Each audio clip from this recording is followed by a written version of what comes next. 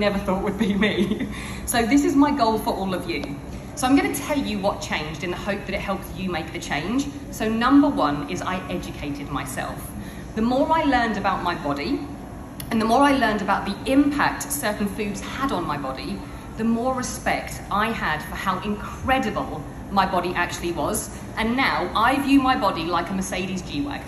Who would love to drive one of those bad boys? So treat your body in the same way. The majority of the time, the best fuel is going in. That doesn't mean all the time. So number two, I stopped under eating. That was a big one for me.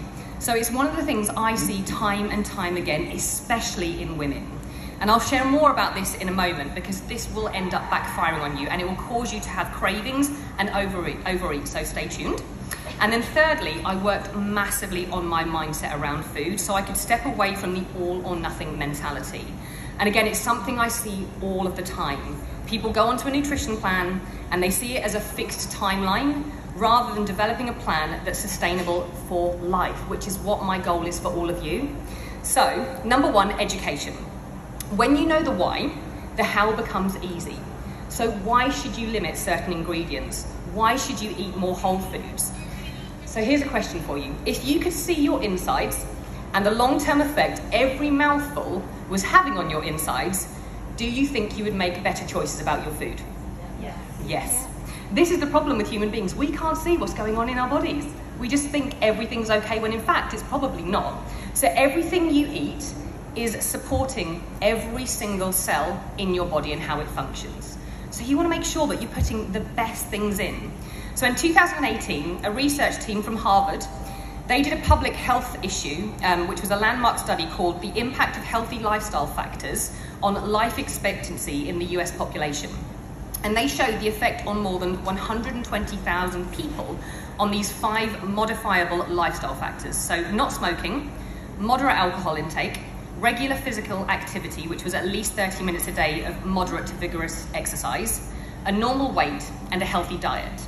And what they basically discovered was that by midlife, so about 50 years old, men who followed all of these 5 low-risk guidelines could expect to live 12.2 years longer than people who followed none of them. Isn't that crazy? And for women, us women, 14 years longer.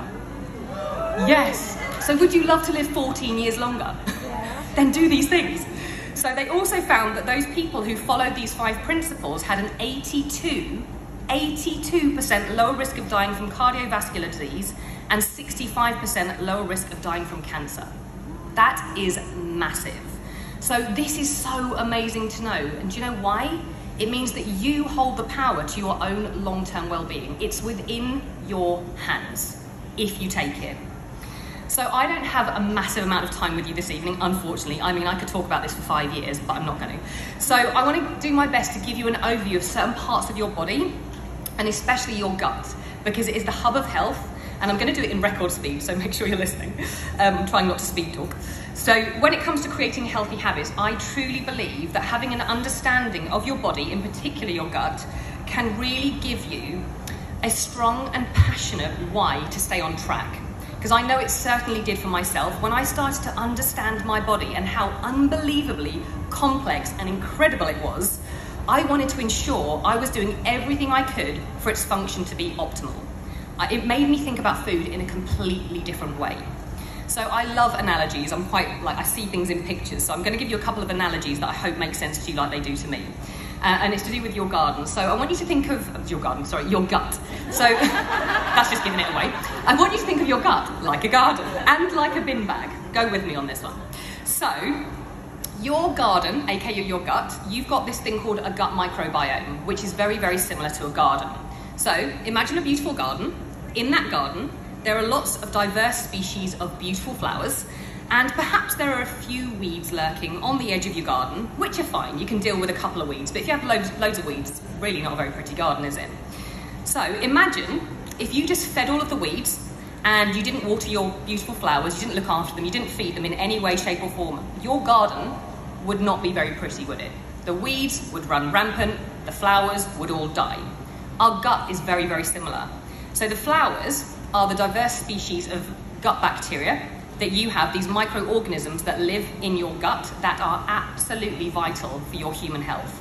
They can synthesize certain vitamins. They help us break down our food. They extract energy from food to use as fuel in your human body. They help regulate your hormones and your blood sugar, and they can help us maintain a healthy weight. And they even form barriers against infective invaders that could be lurking in the food and eat that you're drinking every single day. So would you agree that's pretty important? They play quite a big role in our bodies. So you can see all of these benefits in the Journal of Science and Environmental Health Perspectives if you want to go and do some research yourselves. So the weeds, which are the harmful microorganisms that live in our guts or can live in our guts, can cause inflammation, malabsorption of nutrients from our food, weight management issues, digestive issues, and they can stop us from breaking down our food properly, and so much more. That is just the tip of the iceberg.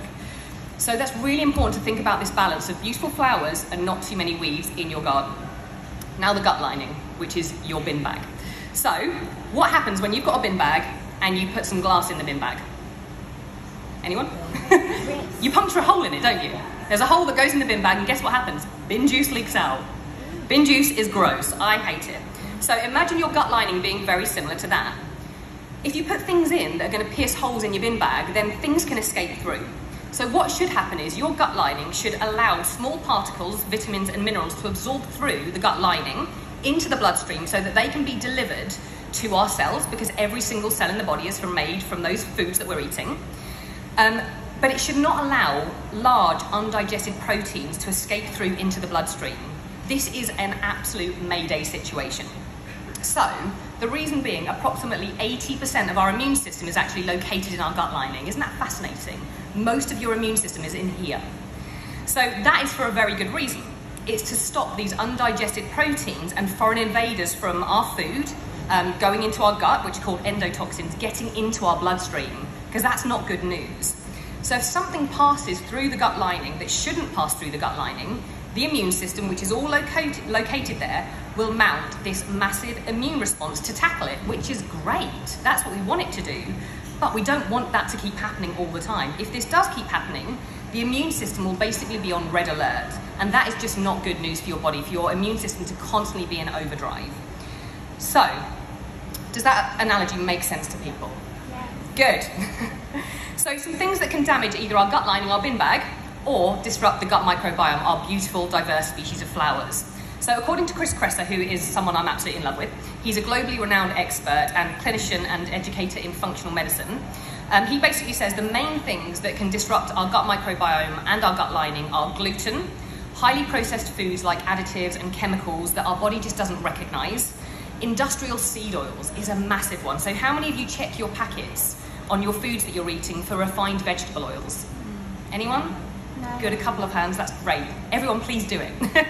Excessive sugar consumption, artificial sweeteners, stress, massive one that people underestimate how much of an impact it actually has on the function of the gut, and lack of sleep, another big one. So yes, food is absolutely vital to think about, and it's so important, but you can't live in a healthy body if you have an excessive amount of stress and you're sleeping 3 hours a night. You could eat the best diet in the world, but if you don't tackle those two things, you're still not going to have a healthy gut and a healthy body. So that's the education part done. Number 2, under-eating. So there are 2 types of under-eating, either just not eating enough or just under-eating nutrient-dense foods. So our bodies need fuel. They need quality fuel, just like a Mercedes G-Wag does. So if we under-eat, or if we don't eat enough things that are nourishing to our body, so we're eating enough food but we're just undernourished, our bodies just won't function as we want them to. I always say it's being overfed and undernourished. So under-eating nutrient-dense foods can cause a lot of stress on the body, and it can cause the body to become catabolic, which basically means it breaks itself down because it's trying to get the nutrients it needs from somewhere. So we'll actually start to break down muscle tissue in order to provide you with energy, which is something you do not want. So under-eating is one of those things also that leads to that vicious cycle that I spoke about at the beginning, that I was in, the binge restrict cycle that so many people do. So I see it all the time, and like I said, it's what I used to do, which doesn't lead to a sustainable, healthy lifestyle. And yes, some days we may eat more than other days, and other days we may eat less than other days. That's totally fine. But we shouldn't constantly be purposefully restricting to the point where it makes us crave and binge. That's just not good news. The body is so super clever. It's incredible. And it thinks it's starving, So it will basically force you to eat. And guess what it's going to force you to eat? It's going to force you to eat the most caloric dense foods that give it fuel, the quickest sources of fuel possible. And that's normally fat and sugar combined. So it's not going to force you to eat a piece of broccoli. When you've been in that place where you're starving, have you ever craved broccoli? No, you want a donut. So that's where fad dieting causes so much harm, because it creates this backwards and forwards cycle all the time. And once you get into it, it's so hard to get out of. So, like I said at the beginning, view your body like the Mercedes G-Wag. Would you let it run on fumes? No? You're going to drive around on red? I mean, I do. Drive around on red quite regularly. I wing it. So, are you going to do that with your body, though? No, please don't. Or are you going to put the worst fuel in possible? No, you want to put the best fuel into it. So do that with your body. So when you nourish your body with foods that are filled with vitamins, filled with minerals, and are balanced with healthy proteins, healthy carbs, and fats, you will honestly see your cravings diminish massively. And that was a game changer for me. Total game changer. So the key to long-term sustainable healthy habits, in my opinion, is learning how to make some of your favorite foods from healthy ingredients. And this is why I talk about food all the time on Instagram, because this is what I basically do. So you can make your own healthy muffins, you can make your own homemade organic beef burgers and sweet potato fries, or healthy chocolates. It's possible. Healthy doesn't need to be boring. It doesn't need to be bland and beige. My hashtag is no more beige. I don't want to see beige on people's plates. It doesn't need to be. You just need to learn a few key recipes, and you also need to put aside some time every week to just do some creating in the kitchen. And I know it's one of those things that people are like, I just don't have time to do it, but you have time to take a shower. You have time sometimes to watch TV or put your kids to bed. Make your own health and well-being a priority, just like you make those things, because your life depends on it, and so does your families, because you need to look after yourself to be able to look after them properly. So schedule in food prep time like you would schedule anything else in your life, and make it fun. It doesn't need to be boring. It doesn't need to be hell on earth. Get the kids involved. Put your favourite tunes on, have a dance party in the kitchen, and turn this into, I am doing this because I care enough about myself to do this time, instead of, oh, I have to do this time. So once you start making some of your favourite foods from nutrient-dense, healthy ingredients, you have nailed it. I promise you, you'll look at the foods that you used to eat and be like, I don't really crave the chocolate brownie because I can make a better version myself. That's when the magic happens. So the cravings that you used to have start to diminish, and then you replace them with your own better versions. So finally, mindset. This is huge when it comes to creating healthy habits. So are you in the all or nothing mindset like I used to be? If you slip up, then you're an absolute failure, and you may as well just eat the whole damn cake because you made the mistake and you'll start again on Monday. This is what we need to get out of. You have to shift this behavior. So some ways that you can shift it. Number one, allow yourself some flexibility. So for example, 2 times a week, decide you're going to go out for dinner, and you're going to allow yourself to choose what you want to eat off the menu, not what you think you should eat. And then the rest of the week, prepare your own food and make it from real whole foods, and enough of them. So another thing you could do if you love chocolate, anyone else a chocolate fiend? I love chocolate. Give yourself permission to have a square of chocolate every day. Just have a square every day. But if you're someone who doesn't think you can have one square and stop, here are some things that might help you. So firstly, identify whether this is a trigger food for you, because there might be some trigger foods. I've definitely got some where it's like, once you pop, you cannot stop. Mine are weird things like cacao nibs. I mean, random, but yeah, I could eat like a bag of cacao nibs all on their own. But what's best to do is to limit that food until you improve your relationship with food. Because once you improve your relationship with food, things change. So if you're that person that finds that if you have a biscuit and you just can't stop, then just limit it for a while. But if you have a biscuit and you find yourself reaching for more, then remind yourself it will still be there tomorrow. The biscuits aren't going to suddenly disappear and you can never have them again. You can just say to yourself, do you know what? I've really enjoyed that biscuit. They're going to be there tomorrow. I'll have another one tomorrow and I'll treat myself. Remember that you are always in control. You are absolutely in control. And sometimes I know it can feel like you're not. When you've got those crazy cravings going on, you're like, oh, I can't stop it. But you can. You just have to remind yourself that the power is here within your brain. The third thing to do is eat slowly and mindfully. This is a challenging one, especially with technology. So how many of us are eating our dinner whilst being on our phone or on our laptop, or eating lunch whilst we're at work or in the car? I mean, it's so easy, isn't it, to just be mindfully snacking on something whilst you're driving for 3 hours, and before you know it, you're like, oh, wow. I've been there, I've done it myself. We do it, it's so easy to do, and there are so many studies that show that we eat way more when we're not giving food our full attention. So just think of the last time you went to the cinema. Have you ever ordered like a family-sized bucket of popcorn? And then you've sat there and you've really been enjoying the film, and before you know it, you're like, my hand's in the bucket and there's nothing left. Oh dear. That's why, because it's so easy when you're not mindfully eating to just eat and eat and eat. There's no cut-off switch. Your body doesn't recognize when it's full. It's so easy to do this because those foods a lot of the time as well are hyperpalatable. They're designed to be hyperpalatable. They're normally processed fats and carbs combined that are really hyperpalatable. And so you're so engrossed in the film that you're not really paying attention to the food or the hunger signals or the satiety signals that your body gives you. So it's really good to just be really mindful of that and just think, when I'm eating, I am eating. I'm going to focus on the food, I'm going to focus on the flavors, the textures, the smell of what I'm eating. And when you do, food tastes so much better, but also you recognize the cutoff point as to when to stop. And it's an amazing feeling, I can promise you. So Australian nutritionist, chef and personal trainer Teresa Cutter believes that the 80-20 principle is the best principle to follow, and I totally agree with her. So 80% of the time, real, whole, nutrient-dense foods. 20% of the time, fun. Whatever you want fun to be, whatever you view that is. But you just have to keep checking in with yourself, because it's very easy to let the 20% creep into the 30% or the 40% or the 50% or completely the other way around, and then 80% of the time is the fun, 20% is the broccoli and the greens. So you want to create a balanced plate every time you're eating. Think to yourself, what does the 80% look like? And it should look something like this. So when you view a plate, half of it should be veg. All your veg, and choose lots of non-starchy options like greens, broccoli, asparagus, lots of different coloured things in there as well. Think of a rainbow when you're eating. Then you should have a quarter of your plate being protein. So I love this kind of principle because I just think it takes away this whole element of having to count calories or track things. You don't have to do that to be healthy. So quarter of your plate, healthy proteins, like beans, lentils, chicken, turkey, beef, eggs, fish. And then the remainder is your healthy fats and your healthy carbs. So rice, sweet potatoes, seeds, nuts, olive oil, coconut oil, avocado. So you want to make the majority of your food come from real, whole food. I don't know how many times I've said that, but I'm going to say it again. Real, whole food. And no, bread is not whole food. I'm sorry to say. So I always have the principle of, if it was made from a plant or an animal, it's a green light. If it was made in a plant, that's not a whole food.